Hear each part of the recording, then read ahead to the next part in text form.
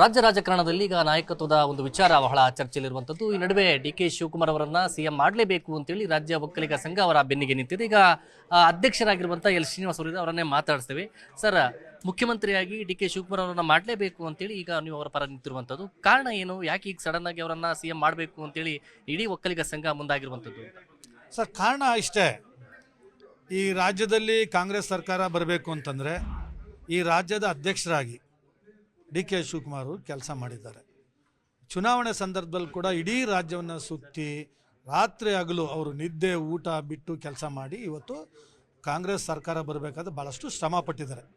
ಆದ್ದರಿಂದ ಅವರು ಹೈಕಮಾಂಡಲ್ಲಿ ಚುನಾವಣೆಯಲ್ಲಿ 136 ಸೀಟ್ ಗೆದ್ದಾಗ ಹೈಕಮಾಂಡಲ್ಲಿ ಒಂದು ತೀರ್ಮಾನ ಆಗಿರ್ತೈತೆ. ಅವ್ರದ್ದೇನೋ ಒಂದು ತೀರ್ಮಾನ ಆಗಿದೆ. 2.5 ವರ್ಷ ಸಿದ್ದರಾಮಯ್ಯ ಸಾಹೇಬರು, 2.5 ವರ್ಷ ಡಿ.ಕೆ. ಶಿವಕುಮಾರ್ ಸಾಹೇಬರು ಅಂತ ತೀರ್ಮಾನ ಆಗಿರ್ಬೋದು. ಜನ ಎಲ್ಲ ಕಡೆ ಮಾತಾಡ್ತಾ ಇದ್ದಾರೆ. ಆ ನಿಟ್ಟಿನಲ್ಲಿ ಇವತ್ತು 2.5 ವರ್ಷ ಅವಧಿ ಪೂರ್ತಿಗೊಂಡಿದೆ, ಮುಗಿದಿದೆ. ಇವಾಗ ಡಿ.ಕೆ. ಶಿವಕುಮಾರ್ ಅವ್ರಿಗೆ ಕೊಡಲಿ ಅಂತೇಳಿ ನಾವು ನಮ್ಮ ಸಮುದಾಯದ ಎಲ್ಲ ಮುಖಂಡರು ಒಕ್ಕಲಿಗರ ಸಂಘ ನಾವು ಕೇಳ್ತಾ ಇದ್ವಿ. ಸರ್, ಅಂದರೆ ಈಗ ಸಿದ್ದರಾಮಯ್ಯ ಅವರು ಕೂಡ ಹೇಳ್ತಾ ಇರುವಂಥದ್ದು ಹೈಕಮಾಂಡ್ ಹೇಳುವಂಥದ್ದು ನಾನು ಕೇಳಬೇಕು, ಡಿ.ಕೆ. ಶಿವಕುಮಾರ್ ಅವರು ಕೇಳಬೇಕು ಅಂತ. ಆದರೆ ಹೈಕಮಾಂಡ್ ಎಲ್ಲ ಒಂದು ಕಡೆ ತಟಸ್ಥವಾಗಿ ಇರುವಂಥದ್ದು. ಮಲ್ಲಿಕಾರ್ಜುನ ಅವರು ಕೂಡ ಬೆಳಗ್ಗೆ ಬೆಂಗಳೂರು ಬಂದಾಗ ಅವರು ಕೂಡ ತಟಸ್ಥವಾದ. ಈ ನಿಟ್ಟಿನಲ್ಲಿ ಯಾವ ರೀತಿ ನೀವು ಹೈಕಮಾಂಡ್ ಗಮನಕ್ಕೆ ತರುವಂಥ ನಿಟ್ಟಿನಲ್ಲಿ ನಿಮ್ಮ ಸಂಘ ಮುಂದಾಗುತ್ತೆ ಅಂತ ನೋಡಿ. ಇವತ್ತು ಡಿ.ಕೆ. ಶಿವಕುಮಾರ್ ಸಾಹೇಬ್ರು ಇರ್ಬೋದು, ಸಿದ್ದರಾಮಯ್ಯ ಸಾಹೇಬ್ರು ಇರ್ಬೋದು, ಹೈಕಮಾಂಡ್ ತೀರ್ಮಾನಕ್ಕೆ ಬದ್ಧ ಅಂತ ಇಬ್ಬರು ಹೇಳ್ತಾ ಇದ್ದಾರೆ. ಸೊ ಹಿಂದೆ ನಡೆದಿರೋಂಥ ಮಾತು ಯಾರಿಗೆ ಗೊತ್ತಿದೆ? ಅವ್ರಿಗೆ ಮಾತ್ರ ಗೊತ್ತಿದೆ, ನಮಗೆಲ್ಲ ಗೊತ್ತಿಲ್ಲ. ಅದು ಜನ ಮಾತಾಡ್ತಾ ಇದ್ದಾರೆ. ಇವತ್ತು ಇದು 2.5 ವರ್ಷಕ್ಕೆ ಅವಧಿ ಅಂತಂದ್ಬಿಟ್ಟು ಮಾತಾಡ್ತಾ ಇದ್ದಾರೆ. ಸೊ ಅದ್ರ ಪರವಾಗಿ ನಾವು ಏನು ಮಾಡ್ತಾ ಇದ್ವಿ, ಕೇಳ್ತಾ ಇದ್ವಿ. ಇವತ್ತು ಹೈಕಮಾಂಡ್ ಏನು ತೀರ್ಮಾನ ಮಾಡುತ್ತೆ ಅಂತ ಅದಕ್ಕೆ ಕಾದು ನೋಡ್ತಾ ಇದ್ದಾರೆ. ಹೈಕಮಾಂಡ್ ಏನಾದರೂ ಒಳ್ಳೆ ರೀತಿಯಲ್ಲಿ ತೀರ್ಮಾನ ತೊಗೊಂಡ್ರೆ ಒಳ್ಳೆಯದು, ಇಲ್ಲ ಅಂತಂದರೆ ಸಮುದಾಯದ ಜನ, ಸಮುದಾಯದ ಮುಖಂಡರು ನಾಳೆ ದಿನ ಚುನಾವಣೆ ಬಂದಂಥ ಸಂದರ್ಭದಲ್ಲಿ ಏನು ಮಾಡಬೇಕು ಅದು ಮಾಡ್ತಾರೆ. ಅಂದರೆ ಯಾವ ರೀತಿ ಉತ್ತರ ಕೊಡಬೇಕು ಅಂತ ನಿಮ್ಮ ಒಂದು ಸಂಘದ ಮೂಲಕವಾಗಿ? ಅದೇ ಚುನಾವಣೆ ಸಂದರ್ಭದಲ್ಲಿ ಈಗ ಡಿ.ಕೆ. ಶಿವಕುಮಾರ್ ಅವರು ಪೆನ್ನು ಪೇಪರ್ ಕೊಡಿ ಅಂತ ಅಂದ್ಬಿಟ್ಟು ಕೇಳಿದರು. ಜನ ಒಂದು ವಿಶ್ವಾಸ ನಮ್ಗೆ ಇಟ್ಟು ಮಾಡಿದ್ದಾರೆ. ಇವತ್ತು ಕಾಂಗ್ರೆಸ್ ಸರ್ಕಾರ ಅಧಿಕಾರಕ್ಕೆ ಬಂದಿದೆ. ಅದು ನೆಕ್ಸ್ಟ್ ಏನಾದ್ರು ಅವ್ರಿಗೆ ಡಿ.ಕೆ. ಶಿವಕುಮಾರ್ ಅವ್ರಿಗೆ ಅನ್ಯಾಯ ಆದಾಗ ಏನು ಮಾಡ್ತಾರೆ ಜನ, ಸಮುದಾಯ? ಅಂದರೆ ಸರಿಯಾದ ತಕ್ಕಪಟ ಕಾಂಗ್ರೆಸ್ ಕಲಿಸುತ್ತೆ ಅಂತ ನಿಮ್ಮ ಒಂದು ಕಲಿಸ್ಬೋದು.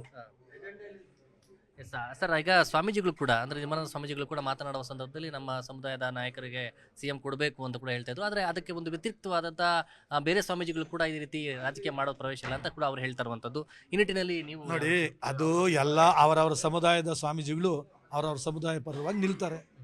ಹಂಗೆ ನಮ್ಮ ಸಮುದಾಯ ಸ್ವಾಮಿಗಳು ನಮ್ಮ ಪರವಾಗಿ ನಿಂತಿದ್ದಾರೆ, ಸಮುದಾಯದ ಒಬ್ಬ ಮುಖಂಡರ ಪರವಾಗಿ ನಿಂತಿದ್ದಾರೆ. ತಪ್ಪೇನಿದೆ? ಅಂದರೆ ನಿಮ್ಗೆ ಅನ್ಸುತ್ತಾ ಸರ್ ಸಿದ್ದರಾಮಯ್ಯನವರು ಅಧಿಕಾರ ಬಿಟ್ಕೊಡ್ತಾರೆ ಅಂತ ನಿಮಗೆಲ್ಲ? ಖಂಡಿತವಾಗ್ಲೂ ಆ ವಿಶ್ವಾಸ ನಮಗಿದೆ. ಸಿದ್ದರಾಮಯ್ಯ ಸಾಹೇಬರು ಬಿಟ್ಕೊಡ್ತಾರೆ ಅನ್ನೋದು ನಮಗೆ ಆ ವಿಶ್ವಾಸ ನಮಗಿದೆ.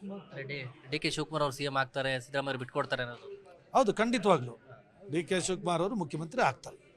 ಸರ್, ಅಂದರೆ ಈಗ ಇರುವಂಥದ್ದು ಅವರು ಕೂಡ ಕೆಲವೊಂದು ಲೀಡರ್ ಮೀಟಿಂಗ್ ಮಾಡ್ತಾ ಇದ್ದಾರೆ, ಶಾಸಕರು ಕೆಲವರೊಂದು ಡೆಲ್ಲಿಗೆ ಹೋಗ್ತಾ ಇದ್ದಾರೆ. ಈ ನಿಟ್ಟಿನಲ್ಲಿ ಸಾಕಷ್ಟು ಬೆಳವಣಿಗೆಗಳಾಗ್ತಾ ಇರುವಂಥದ್ದು.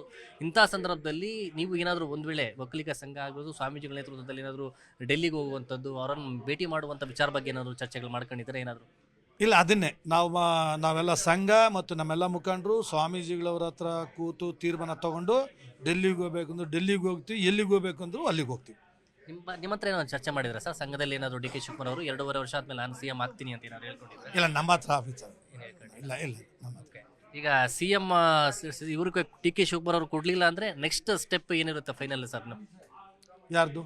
ನಿಮ್ಮ ಒಕ್ಕಲಿಗರ ಸಂಘದ ಕಡೆಯಿಂದ ಡಿ.ಕೆ. ಶಿವಕುಮಾರ್ ಕೊಡಲಿಲ್ಲ ಅಂತಂದ್ರೆ ಒಕ್ಕಲಿಗರ ಸಂಘ ಇಡೀ ರಾಜ್ಯಾದ್ಯಂತ ಹೋರಾಟ ಮಾಡ್ತೀವಿ. ನಾವು ಇಡೀ ಸಮುದಾಯ ಹೋರಾಟ ಮಾಡ್ತೀವಿ.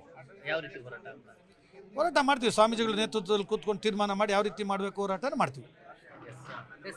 ಇದಿಷ್ಟು ಅಧ್ಯಕ್ಷರಾಗಿರುವಂತಹ ಶ್ರೀನಿವಾಸ್ ಅವರ ಮಾತು. ಕ್ಯಾಮರಾ ಪರ್ಸನ್ ಯೋಗೇಶ್ವರ್ ಜೊತೆ ಗಂಗಾಧರ್ ಭಟ್ಟ, ನ್ಯೂಸ್ 18 ಬೆಂಗಳೂರು. ನಿರ್ಭೀತ, ನಿಷ್ಪಕ್ಷಪಾತ, ವಿಶ್ವಾಸಾರ್ಹ ಸುದ್ದಿಗಳಿಗೆ ಮತ್ತೊಂದು ಹೆಸರಾಗಿರೋ ನ್ಯೂಸ್ 18 ಕನ್ನಡ ಈಗ ಆಪ್ನಲ್ಲೂ ಲಭ್ಯ ಇದೆ. ದಯವಿಟ್ಟು ಇಲ್ಲಿರೋ QR ಕೋಡ್ ಅನ್ನ ಸ್ಕ್ಯಾನ್ ಮಾಡಿಕೊಂಡು ಆಪ್ ಡೌನ್ಲೋಡ್ ಮಾಡೋದಕ್ಕೆ ಮರಿಬೇಡಿ. ನಿಮ್ಮ ಬೆಂಬಲ ಹೀಗೆ ಸದಾ ನಮ್ಮೊಂದಿಗಿರಲಿ. ಧನ್ಯವಾದ.